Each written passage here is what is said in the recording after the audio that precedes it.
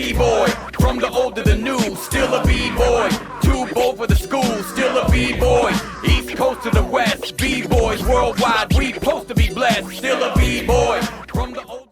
This week, we got a true lyrical beast from the East. Not only a monster on the mic, he's been doing it for decades.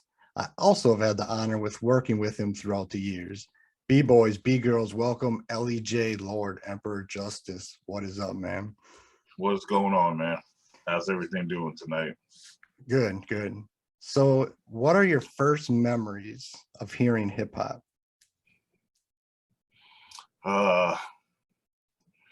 This is kind of a crazy story. I know when I was young, like I was, I don't know, 12, 13, and I remember Rappers Delight came out, and I was going to I was going to a private school, and I remember the whole thing. All the kids wanted to memorize the words. That was a big thing back there.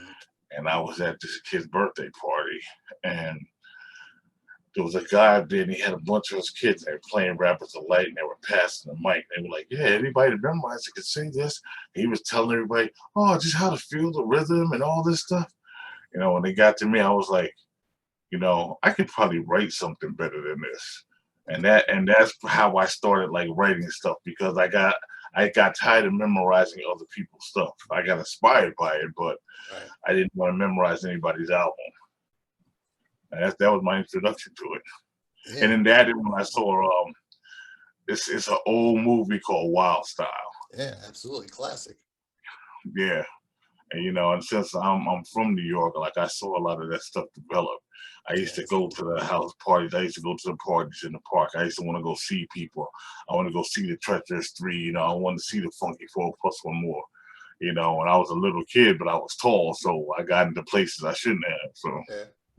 So who were your first favorite MCs? I was always impressed by Melly Mel, because I thought the message was like next level genius. Yep. Just the way he told that story. Nobody had really done that. And big fan of Kumo D. He had a deeper voice. I kind of tried to look like him at times, because I used to have big Kumo D glasses, but I really enjoyed the fact that his stuff could be raw and hard, but was also intelligent, like the way that he put his verses together. And then I had some of respect for LL, but I think Kumo D and Kool G Rap, like before I got into Rakim, those two really, like, I really respected them lyrically. And my whole thing was, even growing up, I didn't want to write like simplistic stuff. I wanted to write stuff like people would say, "Oh wow, did you hear what he said?" You know, and that kind of stuff. You know, I mean, that was like back in the days when people like respected lyrics. Like, you know, I'm not going to talk about what happened now, but. Yeah, I'm a middle-aged grumpy b-boy. I complain about all the hip-hop coming out today that is just whack to me, but I try not to, you know, be too grumpy old man. Yeah. So, well, you know, it's like, I don't know, when you think of hip-hop, it's like there were certain people that had certain styles. Like, you could have a Public Enemy you know, that was singing about, like, you know, fight the power or something like that. You could have like Dr. Dre and Snoop Dogg singing gangster stuff. You know, you could have like a De La Soul that was more eccentric. You could have a Diggable Planets, you know, and people had different styles and sounds. So when you heard somebody, you'd be like, "Oh, I think that's so-and-so." Nowadays, everybody's just whining, you know, and it's like, I just be like, "Oh, that's little somebody," you know. You just take the word little and be like, "Oh, that's Little Lighter," you know. That's Little CD, that's Little Matchstick, you know. That's how it is to me today. Yeah, they're either little or young. Yeah. Yeah. And it's just like nobody really like. So sometimes I even, you know, I sit down and I look up lyrics on songs, like some of the songs out today, and I'm like, really? I was like, and now I'm sitting there like, it's worse than what I thought. You know, it's like I was better off not knowing what he was saying, because this is terrible that somebody wrote this down. But you know, what are you gonna do? And people are buying it. That's bananas to me. So do you remember the first album you bought? I think it was Freedom by Grandmaster Flash. Yeah, I think it's one of the first ones I bought.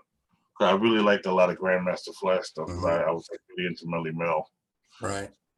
And you know, and it was funny because growing up in like where I'm from New York, and then you know my parents we moved out to North Jersey, and you know a lot of the kids that I grew up with or that I knew once I went to high school up there, nobody went to New York really. It was like a big deal, and you know I went to school in New York, so I would go up to the Bronx to go to the record stores and get the records, you know, and people would like either want to pay me to get them something, or I have a couple of people that would want me to show them. So it's like it was like all the music kind of came out before it got to where it was in Jersey. So I remember going to all the record stores and getting the cassettes, and then you know I still have like vinyl records, probably if they're still there. And my mother, God rest her soul, at her house up in Jersey, I had them in the closet. So I actually had somebody, and it was hilarious. When I was in high school, I was in a group, and it was called DJ Keith and the Fabulous MCs,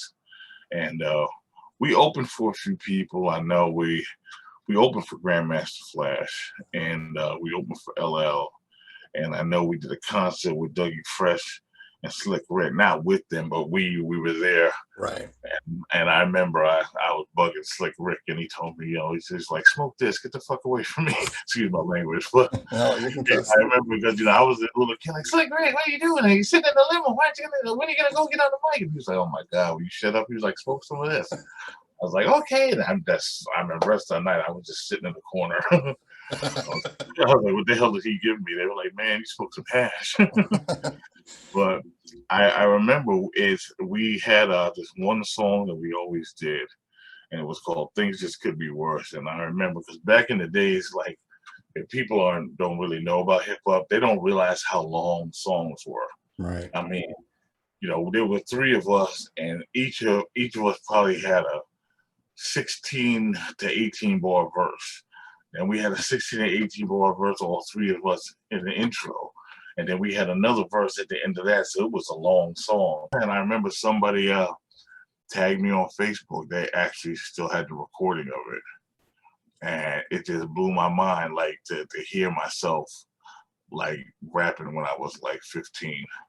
It's crazy. Did you have that early 80s style, you know, like oh yeah. Yeah, it was on his Aquarius. yeah, it was, you know. Yeah. I was like, what you going to do? Get on the mic and tell me what you're doing. I was like, oh my God. I was like, Jesus. I was like, that's amazing. But it was good for back in that day though. Yeah, I always sometimes I go back and look up my old stuff. Like I found like the first song I ever recorded, and like it was this horrible 12, like it's supposed to be a studio, but it was a guy with a little 8-track and on a little cardboard table, you know, wired up to like another thing. And I think he was getting radio stations coming in and out of it, and it was just, and I used to take beats, and I would like meticulously pause button them, like I had a dual cassette player.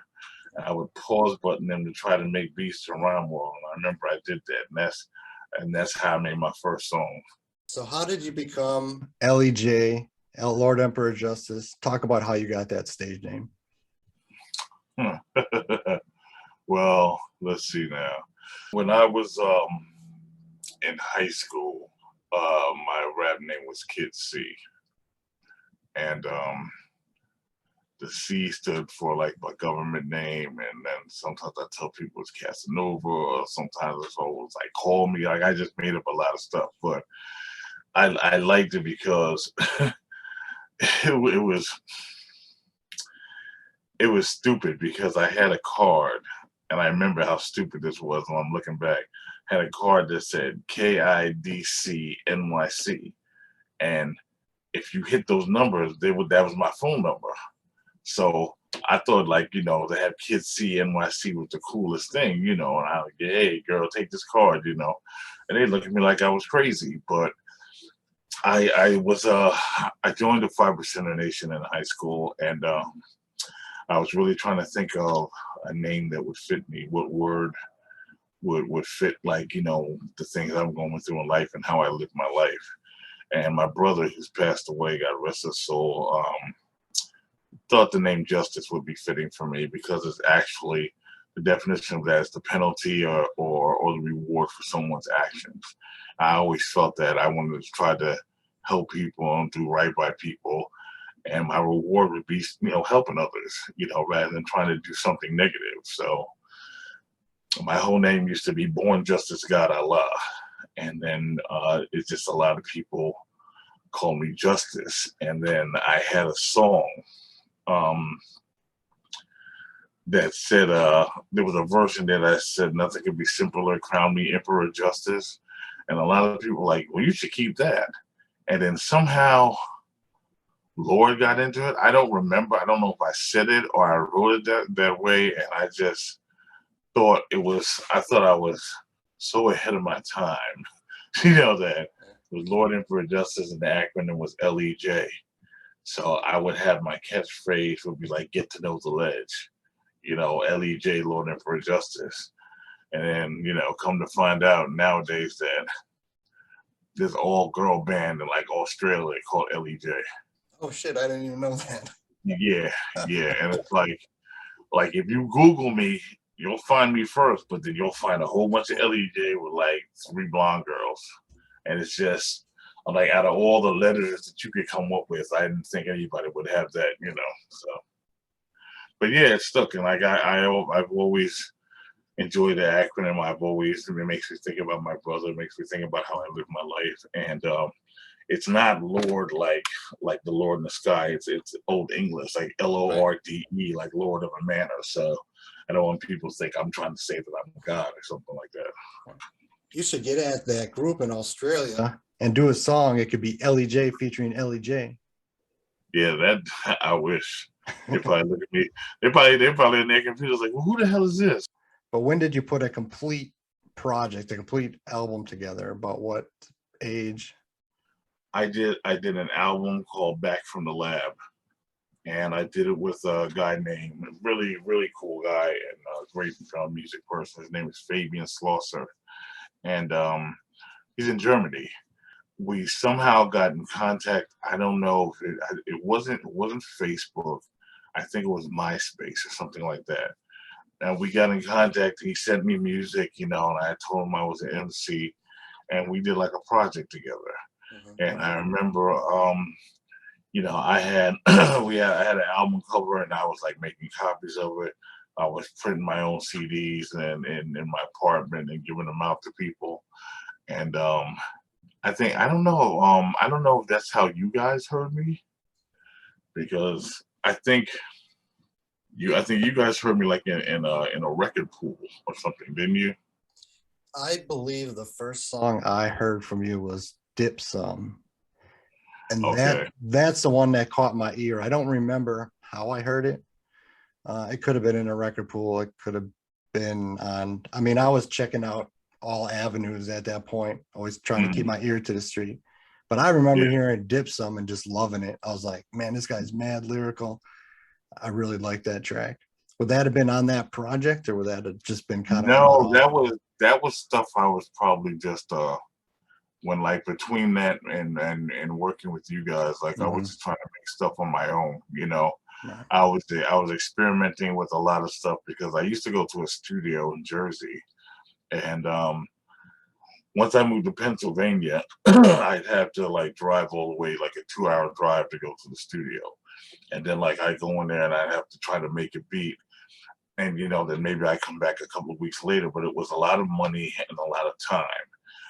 And I remember the guy I was working with, he was very arrogant, and I used to tell him, like, this is just killing me making these beats, and he was like, well, it's a program I use, it's very deep, and you wouldn't understand the concept of it, or else, he said, yeah, I said, I probably would. I was like, I am a kind of a musical person. He said, oh, really? You think you could actually make beats like I do? He said, okay, you know what? I'll give you the program for free. And then you can see how difficult it is, and you'll never complain again. And he gave me like Fruity Loops, like 6 or something like that.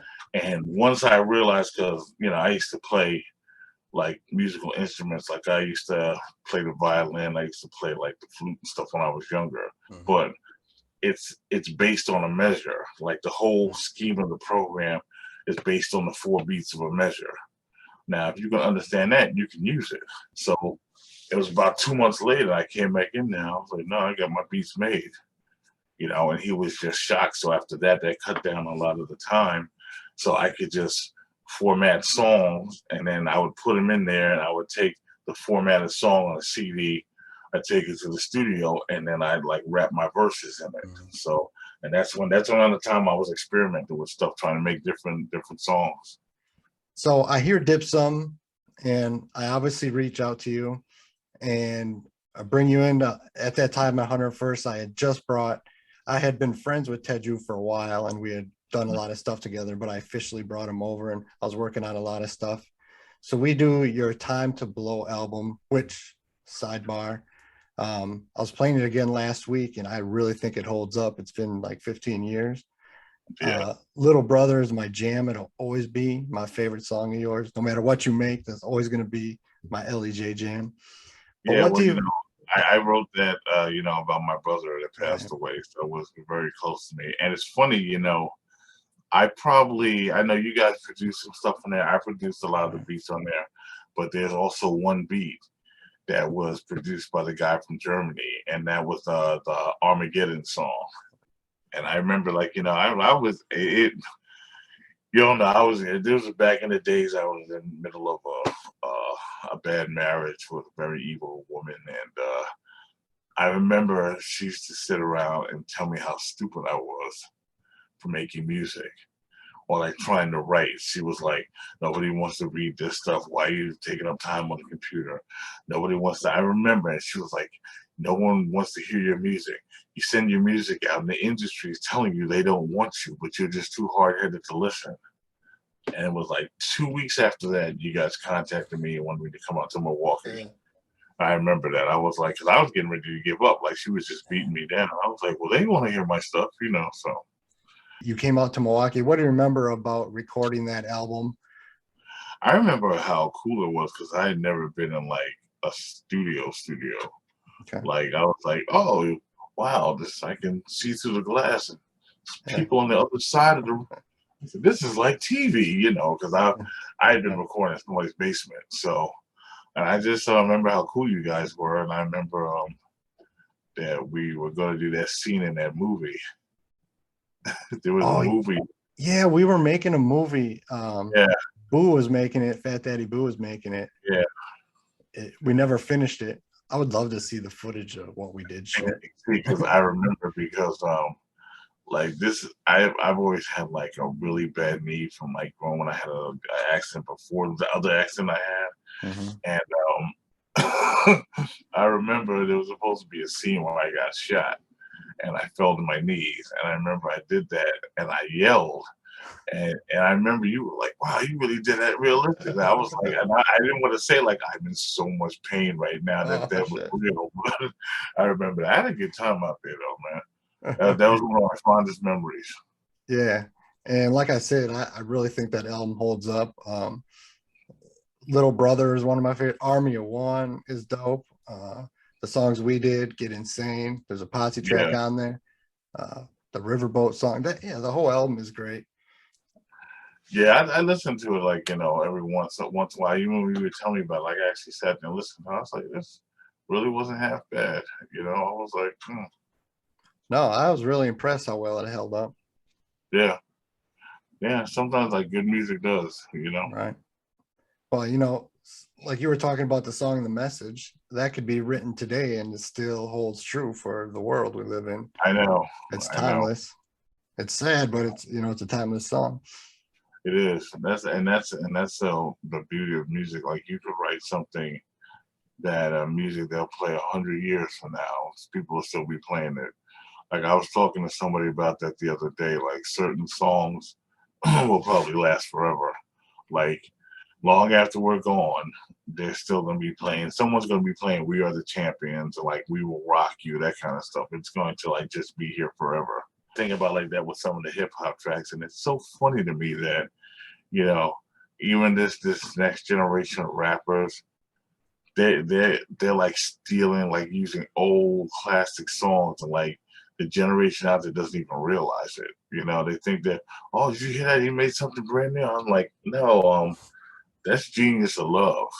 You know, like there's a song out, I don't know if it's Kendrick Lamar or something, but I'm like, that's a vibrant thing by Tribe Called Quest. You know, that's not new stuff, but people are acting like, you know, it's brand new stuff. And it's a shame a lot of people don't know the history of hip hop.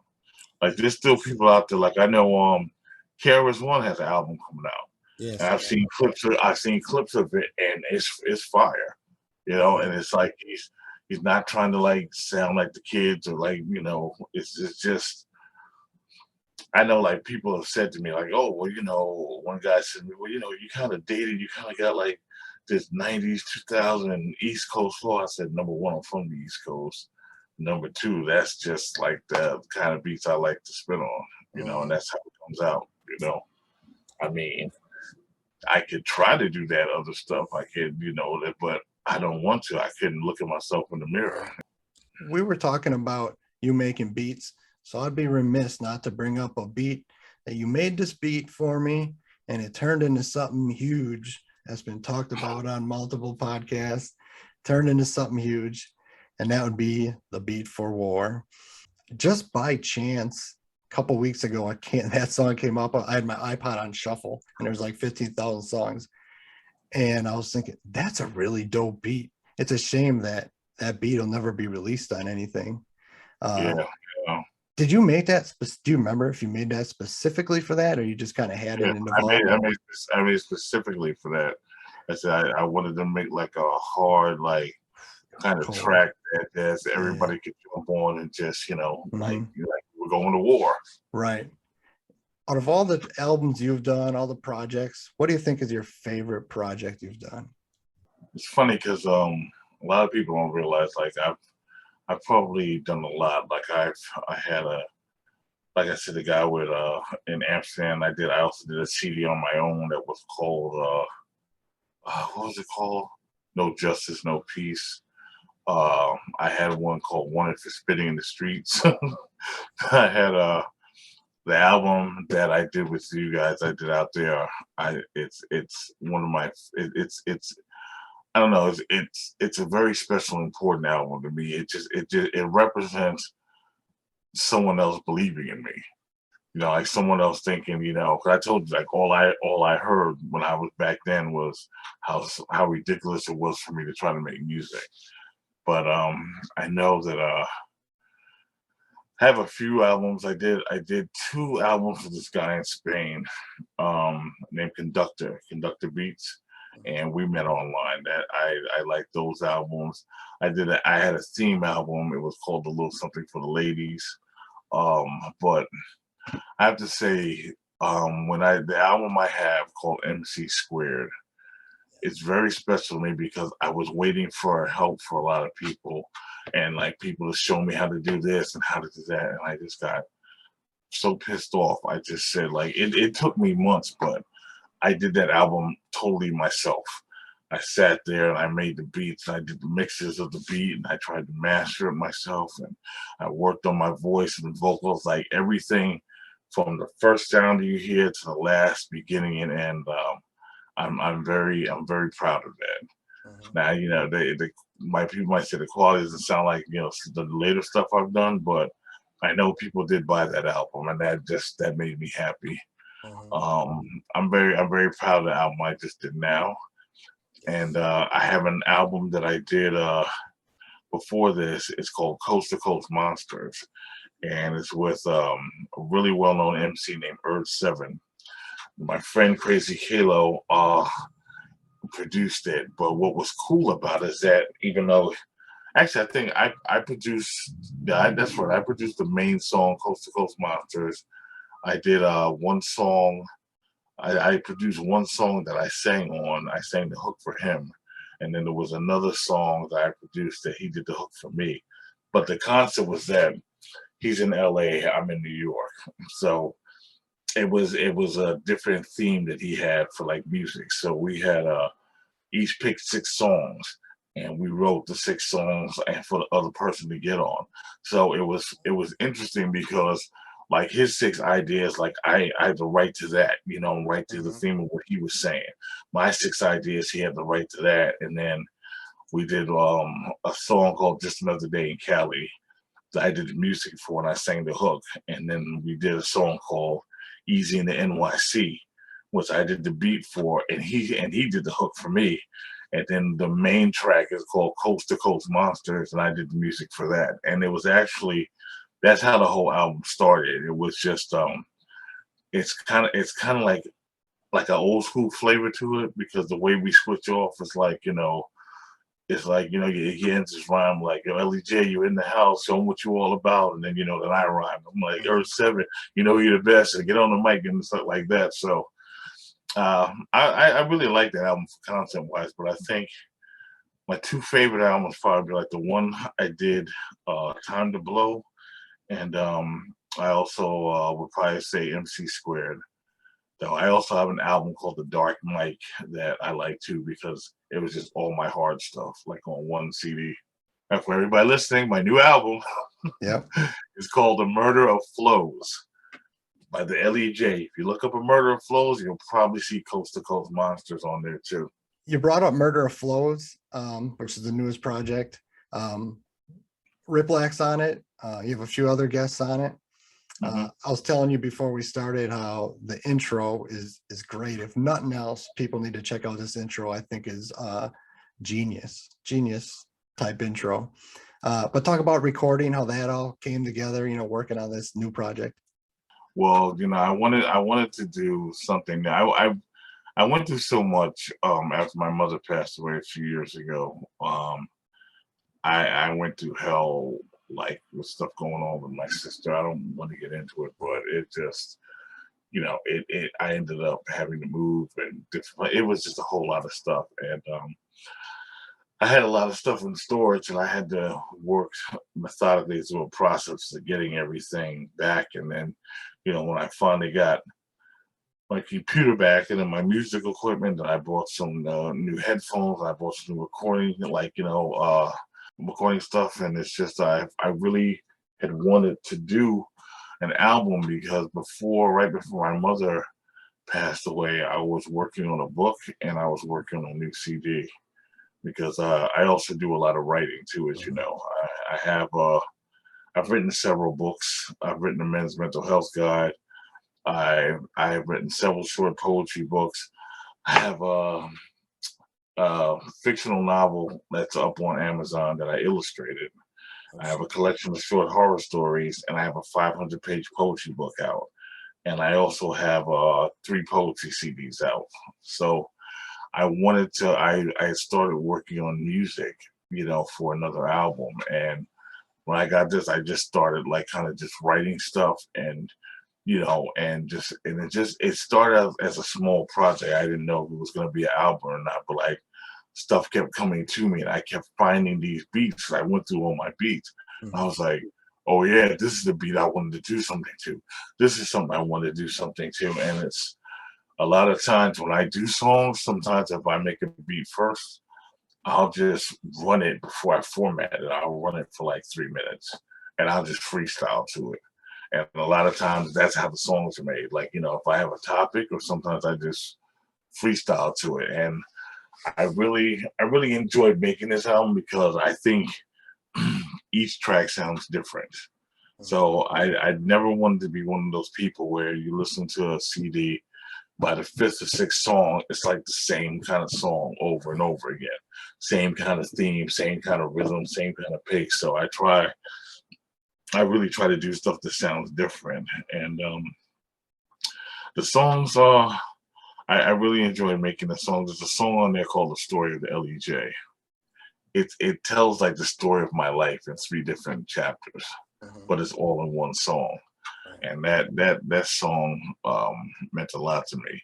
A lot of the songs I did on there, like there were concepts I had for a while that I really wanted to do. Some just popped into my head. And the funny thing about it, the intro that I have up there, that was the last song that I made. Yeah, and it was purely by accident. It was I made the beat and I had it playing, and and I was listening to it, and I just hit record, and basically what you hear on there is what I said. Like I said that, and then I was like, that, hey, that could be a song. Yeah. You know, I played it back. I was like, that sounds like that could be a song. I said, that would be a great intro for the album. So, and that's how it became that. I listened to the whole album multiple times, but I kept going back to that intro because I love great concepts. You named a bunch of artists you've gotten to work with throughout all these years. Who were your favorite one or two people that you've gotten to collab with? I really enjoyed working with you guys. I like working with Rip Black because he has a good mindset, he has a good flow. And as I said, the guy I work with in California, really enjoyed working with him because it was like he just picked up the idea like that. Like, you know, if I sent the track, you know, and I did my part, he went right into his part. It's like we flowed very well together. Like when he sent his music, you know, I was able to go right into it. And the album that we came up, like it's really interesting how it's done because there's a song in there called Rep Your City. He's talking about LA, I'm talking about Harlem, and I'm talking about, you know, Manhattan. There's songs up there we reference different sides of the country, and then there's songs in there we talk about just people or neighborhoods in general. And I just think it's like I didn't have to explain anything to him, like my concept. Like when he heard what I was doing, he's like, oh, okay, I get what you're doing. I get what this concept is. And he wrote something to it. Just like when he sent me something, I was like, oh, that's great. I wrote something to it. I mean, he wrote like a slow song on there. There's a slow song on there called Him or Me. I thought it was genius, but I didn't have to sit there and say, oh, how am I going to do this? You know, I wrote to it, you know, and I thought that I really enjoyed writing to that project because sometimes you might work with somebody or you hear somebody that, how can I say this, like they have their own flow, but it doesn't kind of jive with your flow. So it's like, as opposed like when you have like say like a album, a song that has a whole bunch of different people on it, everybody's got their style, but it flows. You know, sometimes you work with somebody and you're like, our flows sound terrible next to each other. You know, it's too much of an extreme. You know, so it was nice to just have somebody that did that, and also he has a deeper voice too. So it wasn't like it really sounded like we were meant to do something together. It was a really good connection to flow. So now I'm going to do the second part of my podcast, which is just talk some hip hop shop, just basic hip hop questions. All right. If you were forced to only listen to one MC's catalog for the rest of your life, oh wow, who is it going to be? You know, I would probably say in terms of songs and variety. Now I would say I can't say Dr. Dre because he's technically a producer. So I would probably have to say it'd be a toss up to maybe Snoop Dogg, LL because he has a lot of songs, and I can listen to DMX all day, so I could listen to a lot of DMX. So, but probably in terms of variety, probably maybe LL or Snoop Dogg because you know his songs, you know, especially with Dr. Dre doing stuff with them, like you would hear other people in them, and their catalog just goes on and on. He's still doing stuff, so. Yeah, Snoop does have a deep catalog. So does LL. But. Yeah. So you're on a deserted island. You can only bring 5 albums with you. What are those 5 albums? A Murder Flows. No, I'm just joking. No, it can be. I've had people pick their own albums. The Chronic. I think LL Cool J on Bad. Bigger and Deffer. Yeah. The Low End Theory, Tribe Called Quest. Such a dope album. Yeah. Rakim's first album. I forgot Paid in Full. Yeah, Paid in Full. Yeah. What would it be? Follow the leader. That was just probably paid in full, and probably maybe Public Enemy. I think it's Fear of a Black Planet. That's interesting because next I was going to play the game This or That. I'm going to give you two options, and you got to pick the better option.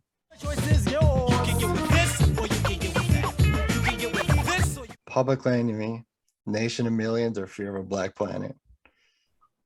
Fear of Black Planet. All right. Next one is Run DMC's King of Rock or Beastie Boys' License to Ill. Oh my gosh, that's terrible. That's really hard.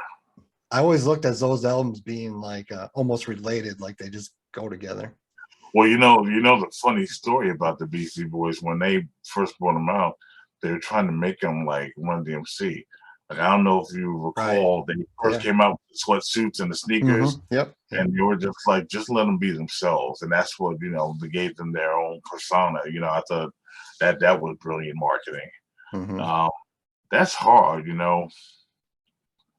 Might go with the Beastie Boys.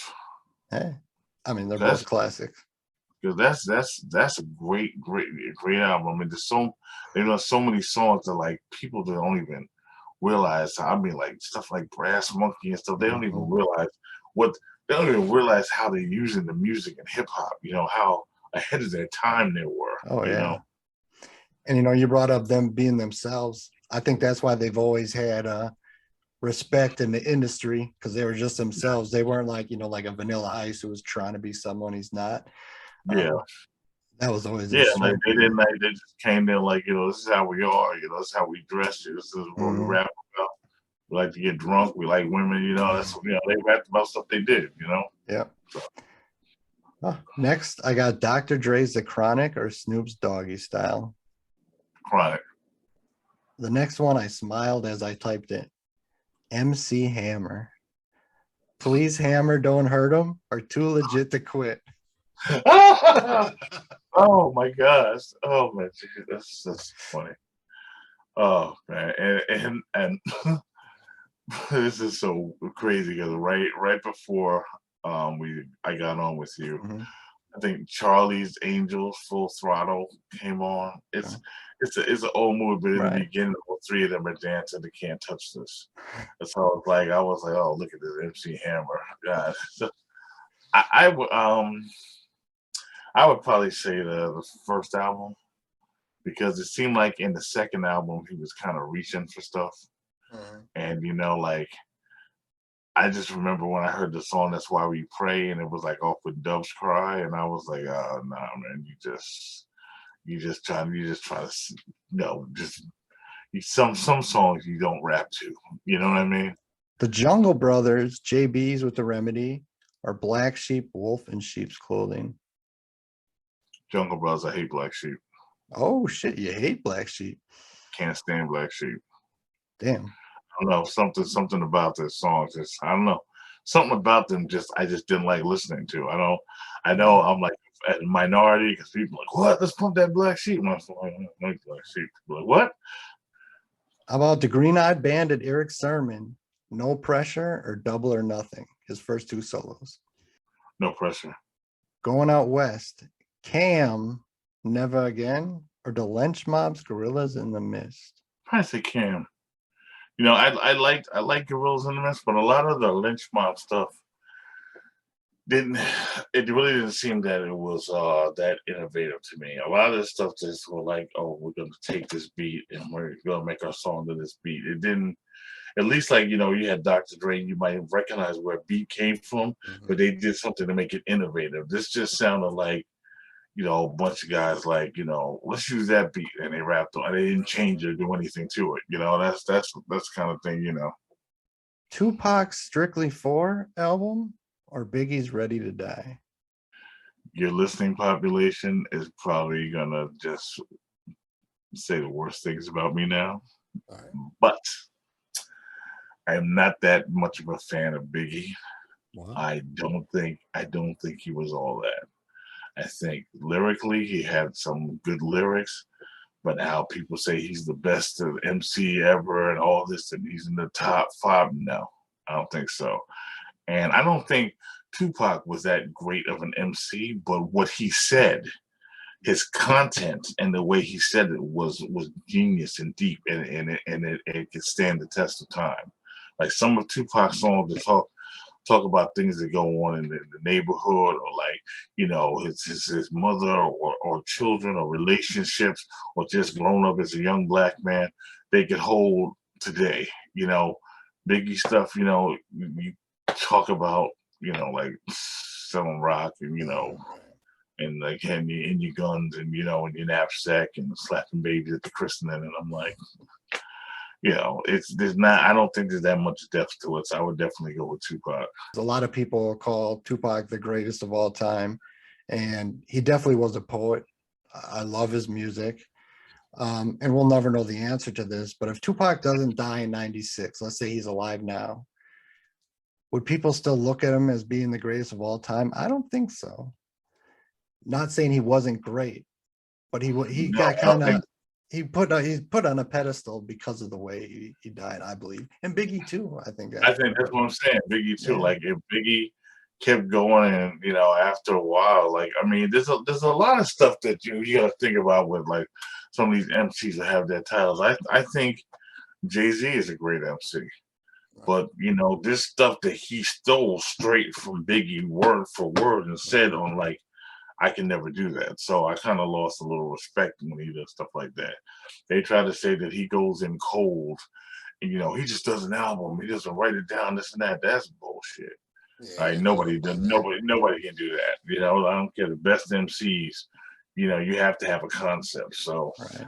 but I think a lot of MCs, you know, I think a lot of them were overlooked. I think, like I said, I mentioned before, Cool G Rap is brilliant.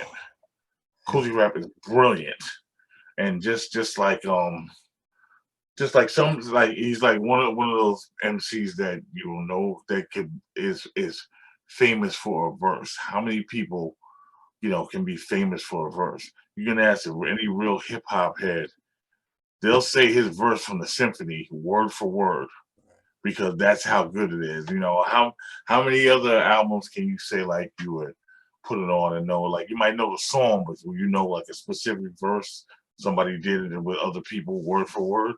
Like, it's that kind of stuff that makes people, like, legendary. Like the way Busta Rhymes was on what was the name of it? Scenario. The Scenario, and that, like, blew him up because he was talking about a Dungeon Dragon. People were like, oh, that's incredible. You know, it's little things like that. And I think a lot of I think if Tupac probably would have got respect, because I think Tupac would have wound up like a LL or a Queen Latifah. He would have wound up like on the movie and the stuff. Right. Or like in the film and the stuff, doing stuff, and then, you know, have a little hip hop stuff, or like a Will Smith kind of, Right. that, like, you know, still will want to try to rap and this and that, and they're like, yeah, we'll stick to the movies. It probably would turn out like that. And Biggie probably, I don't think he would have had the longevity, because as hip hop evolved and people wanted more depth, you have to be able to talk about more than just guns and shooting people and selling drugs. You know, there has to be more than that.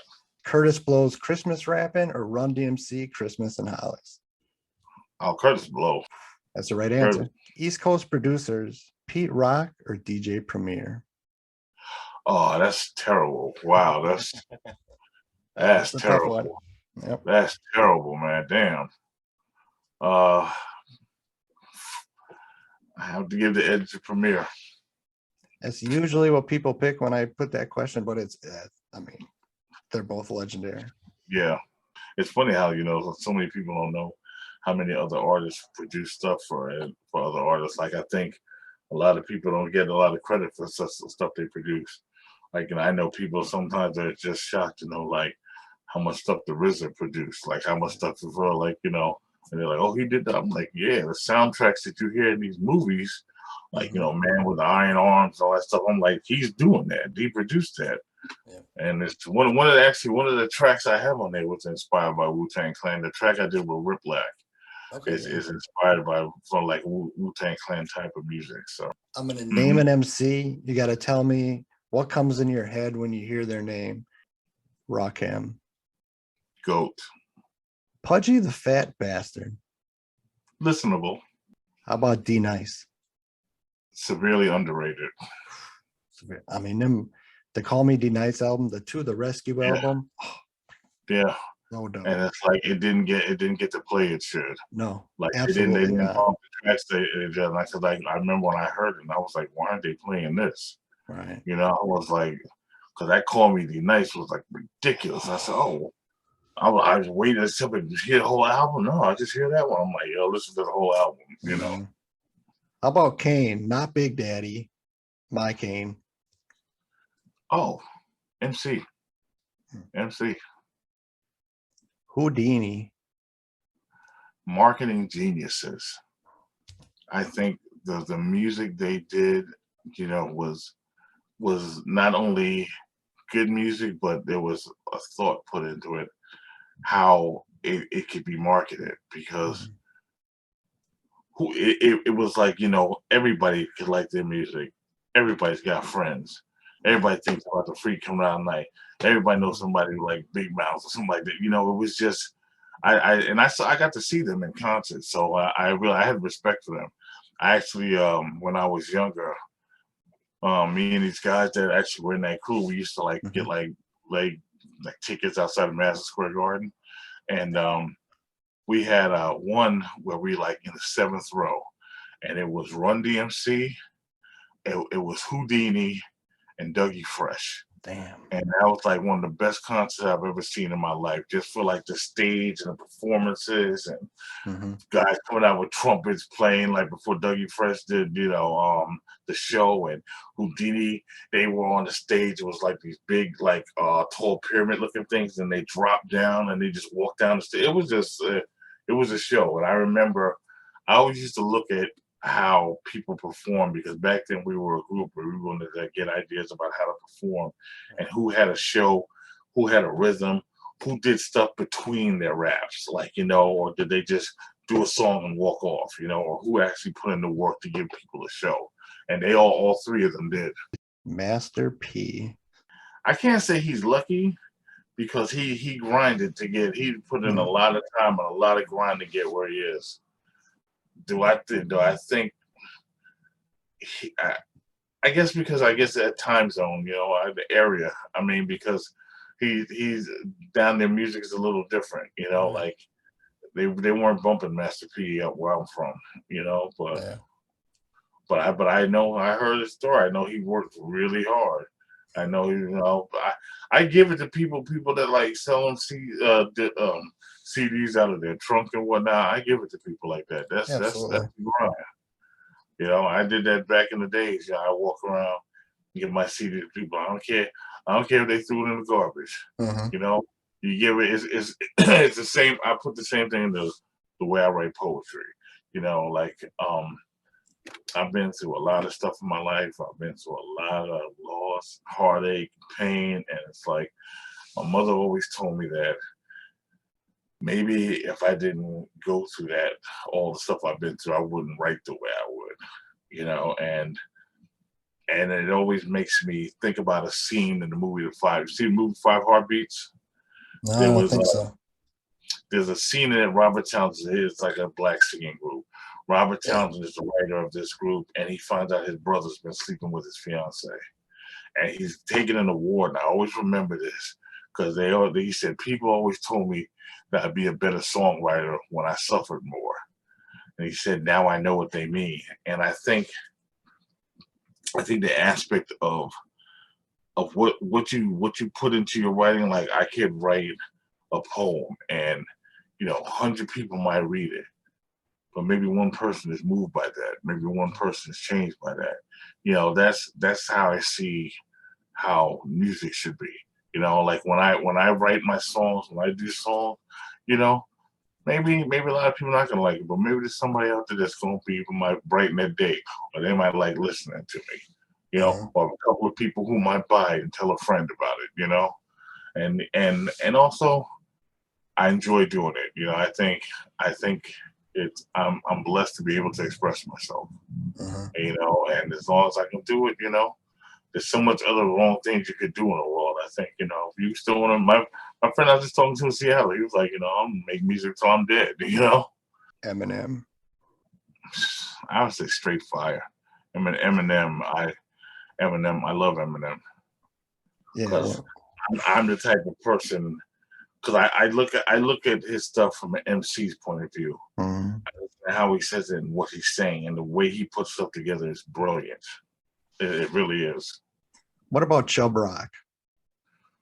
I like Joe, bro. I have one of my songs on my album is called "Dibs on the Big Man," Yeah, I was listening to that this morning. Yeah. and the chorus came from something he said.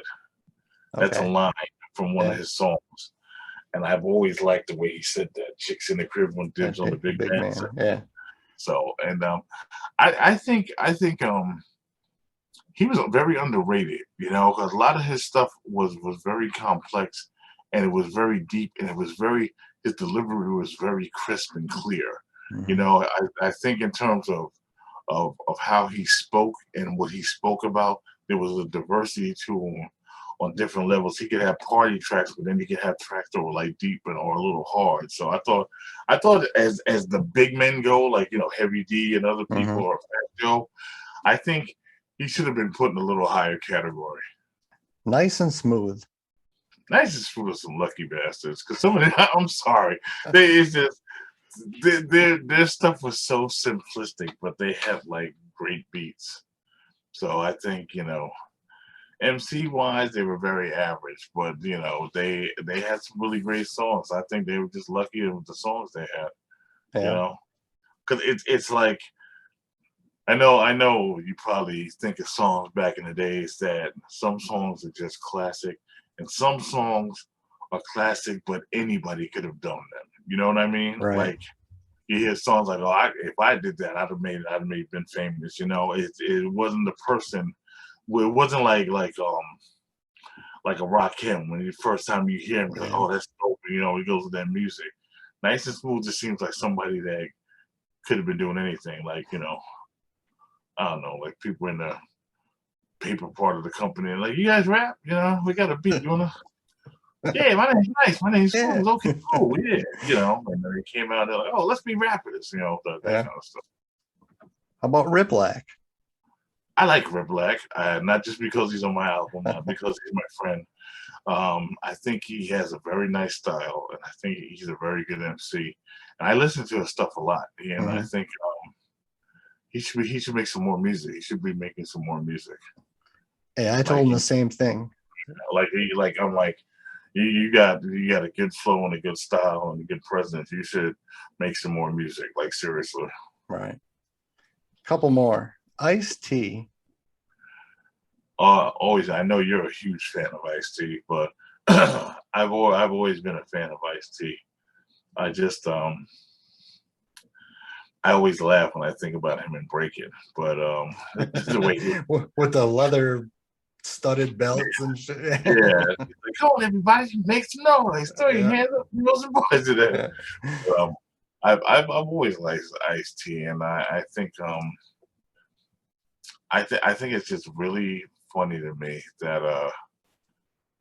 that somebody who has some of the hardest songs in the world, like Colors and so forth, Mhm. somebody that can make a cop killer and then go on to play a cop on Law and Order for all these years, it just fascinates me. That's somebody who's got talent. That's talent. Mhm. You can't do that without talent.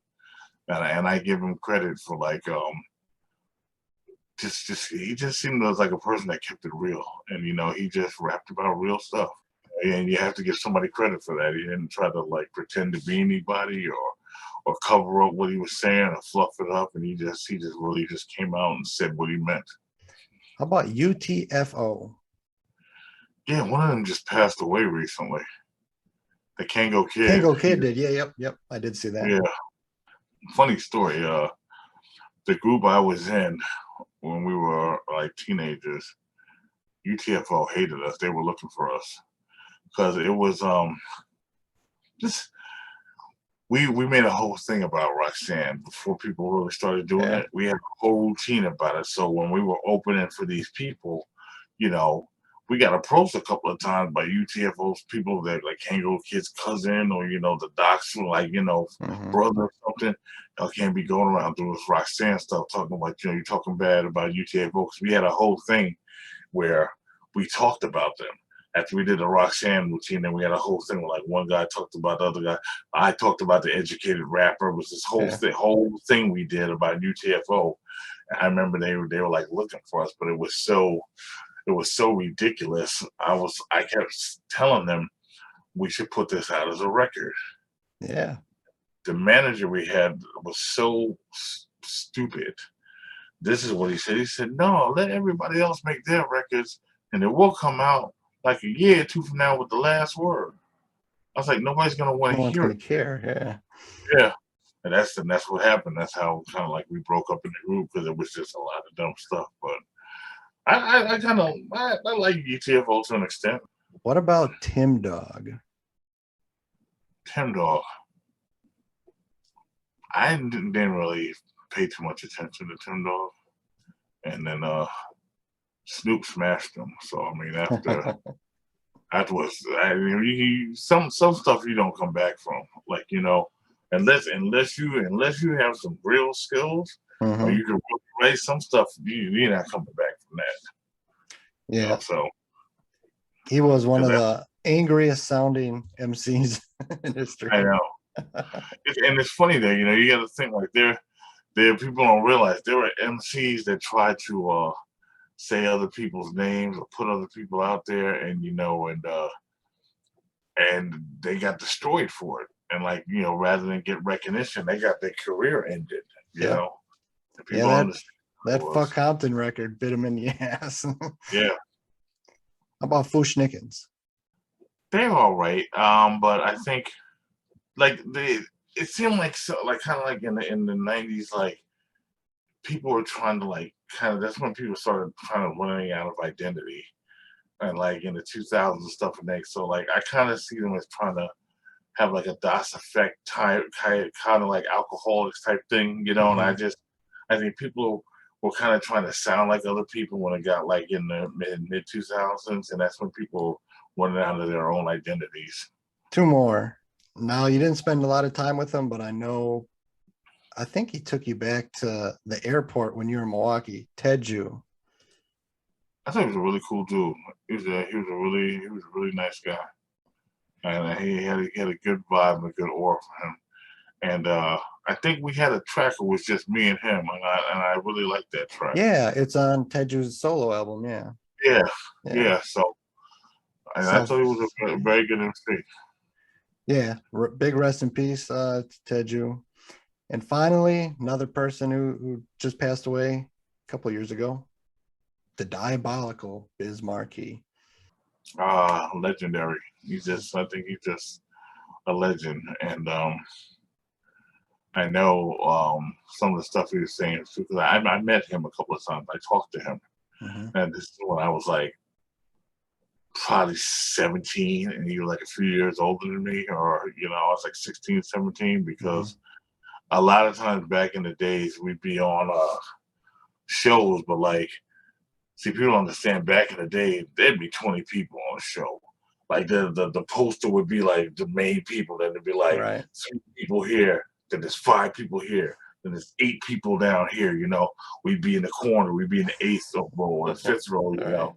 So when we get there, I used to try to talk to the people, and I remember I had a conversation with him, and I know some of the stuff he was saying about like, how he was treated because of how he looked growing up, like a lot of girls that get played. That like kind of just became like a jokester guy, but he really had talent, and like some of his rhyming skill was very good. And the fact he could do that beatbox, the stuff he did with Roxanne Shante, that was just, something on a tape cassette that became legendary music. And I remember he told me, he was like, he said, he's told me that don't give up, keep going after stuff. He said, and I told him, I was like, I was in a group, and I was telling him because we were going through stuff, and he was like, don't ever leave the option. He's like, don't ever leave out the option of going for it by yourself. Like, you can always do stuff on your own. You don't have to be in a group.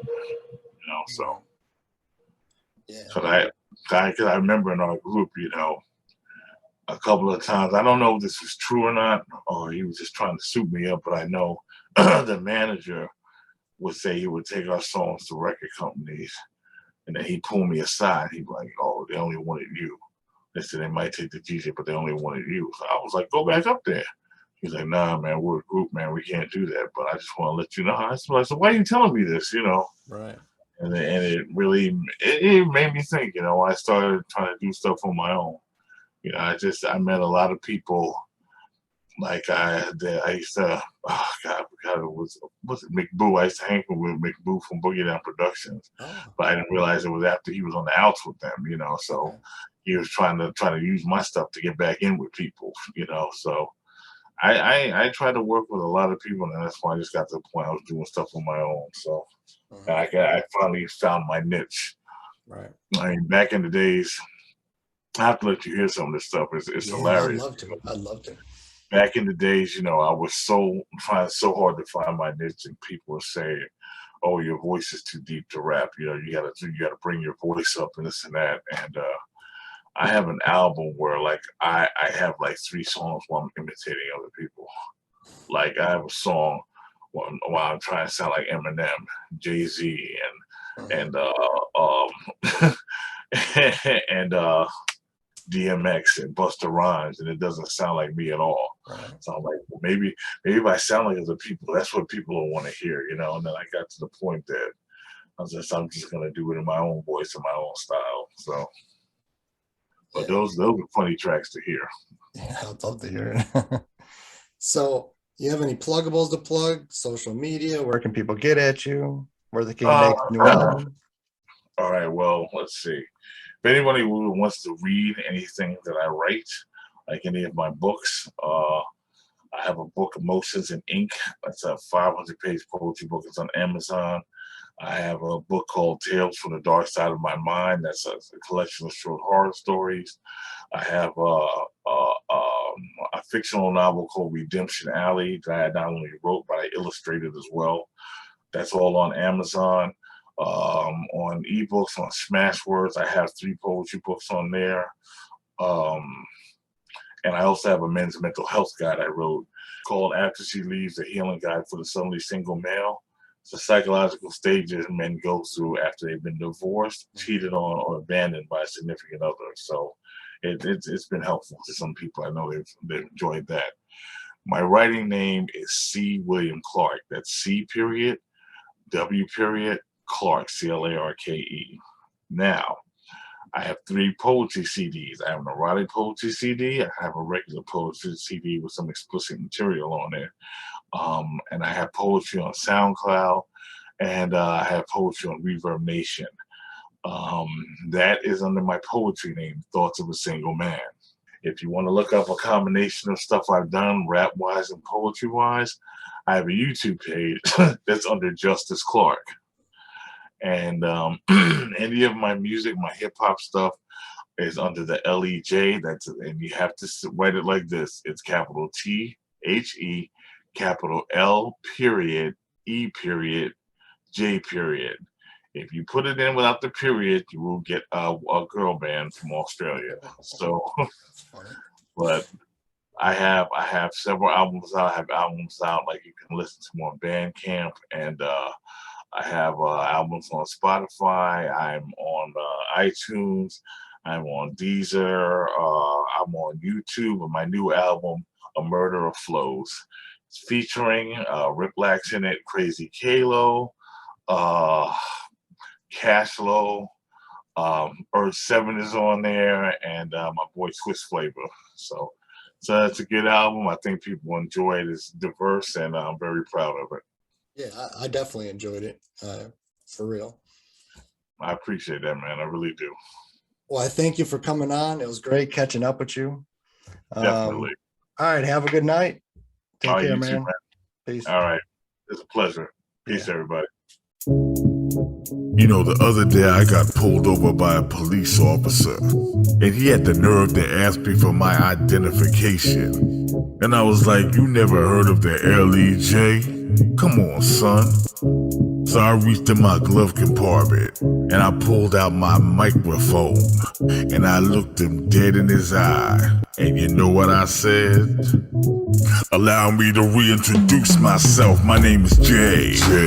U to the ST. I-C-E, see they can't see me. Selling out arenas where all the screaming kids be. And sling rhymes at MCs like a frisbee. When I'm battling, all I do is see war. MCs feed me careers like Seymour. When I'm tearing up the stages like a C4. And when you see me with the mic in my hand, you see Thor. I'm a serial killer. But didn't you know I sprinkle heads of MCs in my cereal bowl? Order up on this murder like a burger with fries. L.E.J be killing cats like the Lord of the Flies. I'm a beast son like my last name was Lesnar. A freak son like my last name was Hefner. 51 sector, microphone wrecker, L.E.J, aka Mr. Hannibal Lecter. If you try to come hard, you on the Suicide Squad. I have you bow down before me like my name was Zod. Killer whales, we murder for no reason. 365 year round, that's our season. I'm not the coming attraction, I'm the feature. So sit down and take notes from your teacher. If it gets physical, we go to the bleachers. And I'll put hands in you, Jack, like my name was Reacher. I'm the girl girls Google on Hulu. The Zulu that turns pit bulls into poodles. Now come see what a real gorilla do. Wanna stuck it, I don't give a fucks like Gorilla Glue. I hunt mics in the heat of the night like a lesbian. You feel the heat of this mic if you test me. So your kids wanna croon and sing tunes right. Well, I'm the type of cat that's up at night battle rapping in moonlight. So what do we learn today? When it comes to this, I don't play. And remember what they say. You never wanna fuck with the L.E.J. So the cop looked at me and said, I feel you, L.E.J, you're free to go. I said, nah, son, I'm free to flow. And if you didn't know, now you know. Yeah. Come on.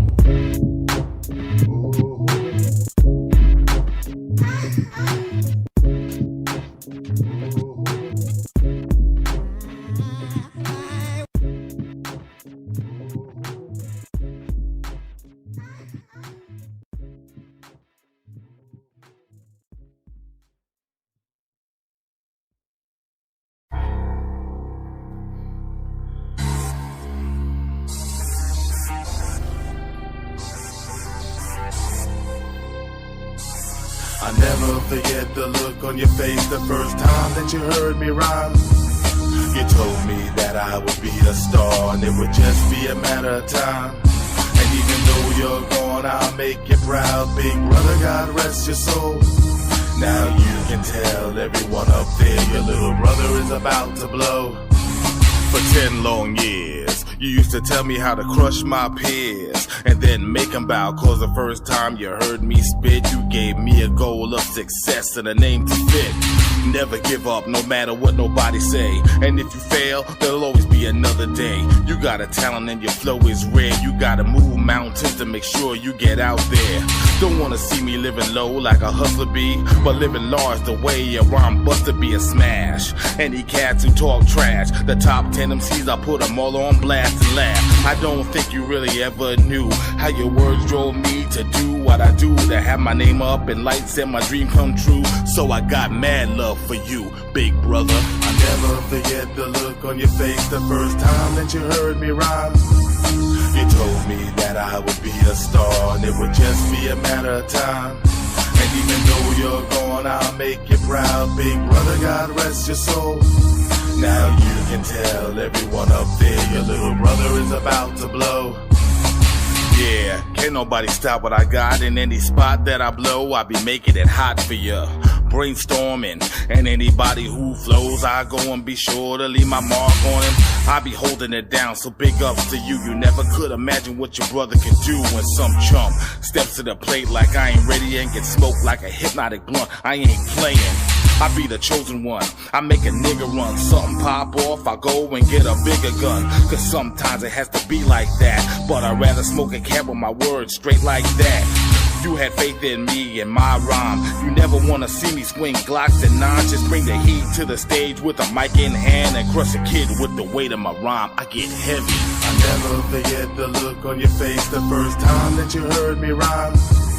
You You told me that I would be a star and it would just be a matter of time. And even though you're gone, I'll make you proud. Big brother, God rest your soul. Now you can tell everyone up there your little brother is about to blow. Some people said, big man, be a hit man, on the corner holding weights, moving bricks, man. I used to tell him, nah, kid, are you sick, man? The paper I get will be done at the mic stand. And when you left this world and packed your bags, it hurts so sad, but I still wrote raps. You told me people need to know who you are, and to make sure when I blow, I shine like a star. And though you've been gone for so many years, I fight the fears and tears, make sure I get out there. I keep you in my heart and mind. I won't be blind to the haters trying to stop my shine. I make sure every rhyme will be another piece in the puzzle and part of my legacy to be known by women and men, and dedicated to my brother who was also my friend. Amen. I'll never forget the look on your face the first time that you heard me rhyme. You told me that I would be a star and it would just be a matter of time. And even though you're gone, I'll make you proud. Big brother, God rest your soul. Now you can tell everyone up there your little brother is about to blow.